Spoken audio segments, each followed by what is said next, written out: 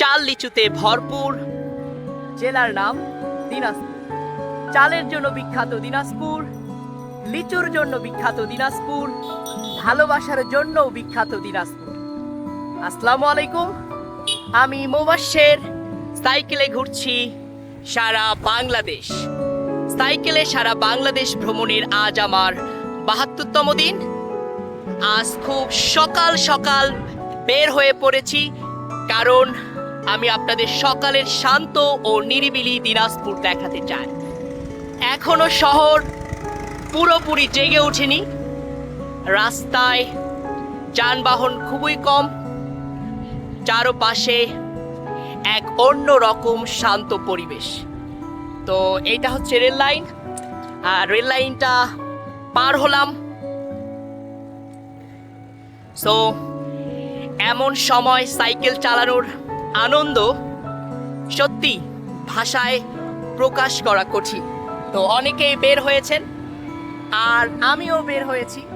এগিয়ে চলছি বাংলাদেশের প্রতিটি কোণায় কোণায়। তো যারা স্বাস্থ্য সচেতন তারা অনেকেই বের হয়েছেন। চারদিকে তাকালেই বোঝা যায় শহরটা কত প্রাণবন্ত। একদম ফাঁকা রাস্তা, রাস্তায় নেই কোনো মানুষ, নেই তেমন কোনো যানবাহন। সত্যি এই রাস্তাটা অসাধারণ লাগছে। তো বড় শহর দিনাজপুর, সুন্দর শহর দিনাজপুর, পরিপাটি শহর দিনাজপুর।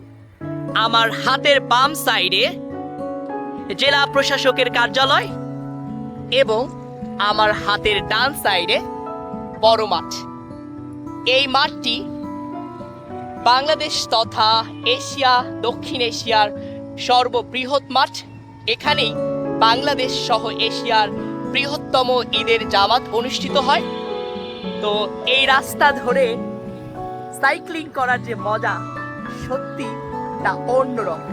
ভীষণ ভালো লাগছে এই ফাঁকা রাস্তায় সাইক্লিং করে। চারদিকে তাকালেই বোঝা যাচ্ছে কতটা চমৎকার।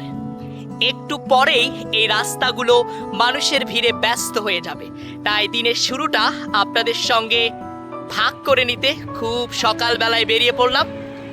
সো দিনাজপুর মানেই লিচুর কথা মনে পড়ে। দেশের বিভিন্ন প্রান্তে দিনাজপুরের লিচুর একটা আলাদা পরিচিতি রয়েছে। তো লিচুর সিজন প্রায় শেষ হয়েছে, বাট দিনাজপুরে এসে এখনো লিচু খাওয়া হয়নি। দিনাজপুর মানেই ধানের কথা মনে পড়ে। এই জেলার কৃষকেরা পরিশ্রম করে দেশের খাদ্য উৎপাদনে গুরুত্বপূর্ণ ভূমিকা রাখছেন। তো আমি এই দিক দিয়ে যেতে চাই। এইটা বর্তমানে সেনাবাহিনী নিয়ন্ত্রণে রয়েছে। আর আমার হাতের বাম সাইডে গোরে শহীদ কেন্দ্রীয় জামে মসজিদ। যারা স্বাস্থ্য সচেতন তারা অনেকেই রাস্তায় বের হয়েছেন, আর আমি সাইক্লিং করতে বের হয়েছি এই ফাঁকা রাস্তায়। একটা বিষয় আমি এখানে এসে অনুভব করেছি, দিনাজপুরের মানুষ খুব আন্তরিক। পথে পথে অনেক মানুষের সঙ্গে কথা হয়েছে, হাসি মুখে খোঁজ নিয়েছেন, শুভকামনা জানিয়েছেন। একজন ভ্রমণকারীর জন্য এর চেয়ে বড় প্রাপ্তি আর কি হতে পারে। তো ভীষণ ভালো লাগা কাজ করে যখন মানুষ সামনে এসে কথা বলে। তো এই তো দেখতেই পাচ্ছেন বিরাট বড় একটা মাঠ, আর এখানেই দক্ষিণ এশিয়ার সব থেকে বড় ঈদগাহ জামাত অনুষ্ঠিত হয়। তো জেলা ভেদে বদলে যায় ভাষা, বদলে যায় সংস্কৃতি, আর বদলে যায় খাবারের স্বাদ। তো আমার হাতের বাম সাইডে এখানে অনেকেই খেলাধুলা প্র্যাকটিস করছেন। বিশাল বড় মাঠ, এই মাঠটা সব সময় মানুষে ভরপুর থাকে। আমার স্বপ্ন সাইকেলে করে বাংলাদেশের প্রতিটি জেলা, প্রতিটি উপজেলা ঘুরে দেখা, মানুষকে জানা, ইতিহাসকে জানা, আর সুন্দর দেশটাকে নতুন করে সবার সামনে রিপ্রেজেন্ট করা। তো এত সকাল বেলায় অনেকেই কিন্তু এখানে এসেছেন, আর আমিও এসেছি। আপনারা যারা দিনাজপুরের মানুষ তারা অবশ্যই কমেন্ট বক্সে জানাবেন আপনাদের প্রিয় জায়গা কোনটি, আর আমি দিনাজপুরের কোথায় গেলে ভালো লাগবে সেটাও অবশ্যই কমেন্টে জানিয়ে দেবেন।